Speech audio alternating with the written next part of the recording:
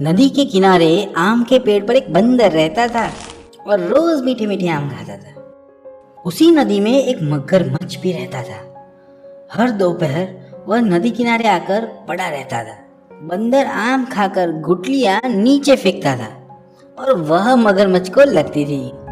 मगर को गुस्सा आ गया और उसने कहा, बंदर भाई, आप अकेले अकेले आम खाते हो और गुठलियां मुझे लगती है। किसी दिन मुझे भी आम खिलाओ ना। बंदर को मगर पर दया आई और उसने मगर को खाने के लिए कुछ आम दिए। इसी तरह बंदर 2-3 दिन तक मगरमच्छ को हर रोज आम देता। मगरमच्छ और बंदर बहुत अच्छे मित्र बन गए। मगरमच्छ अपनी पत्नी के लिए रोज आम लेकर जाता था और उसे दे देता था। एक दिन उसकी पत्नी ने पूछा, इतने मीठे आम कहाँ से लाते हो? मगरमच्छ ने कहा, नदी के पेड़ पर मेरा दोस्त बंदर रहता है, वह मुझे हर दिन आम देता है। उसकी पत्नी ने कहा, जो बंदर रोज इतने मीठे मीठे आम खाता है उसका दिल कितना मीठा होगा। नहीं, तुम कुछ भी करो, मैं उसका दिल खाना चाहती हूँ। मगरमच्छ ने कहा, ये तुम क्या कह रही हो? वो मेरा दोस्त है, वह हमें हर दिन मीठे मीठे आम देता है और उसके एहसान का बदला हम ऐसे चुकाएंगे?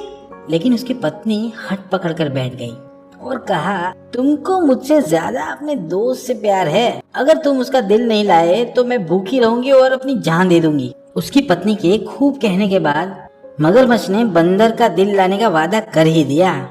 वह बंदर के पास जाता है और कहता है, बंदर भाई, तुम हमें रोज मीठे मीठे आम खिलाते हो, इसीलिए मेरी पत्नी ने आज तुम्हें हमारे घर पे खाने के लिए न्योता दिया है। इससे बंदर खुश हो जाता है और मगरमच्छ उसे अपनी पीठ पर बैठाकर ले जाता है।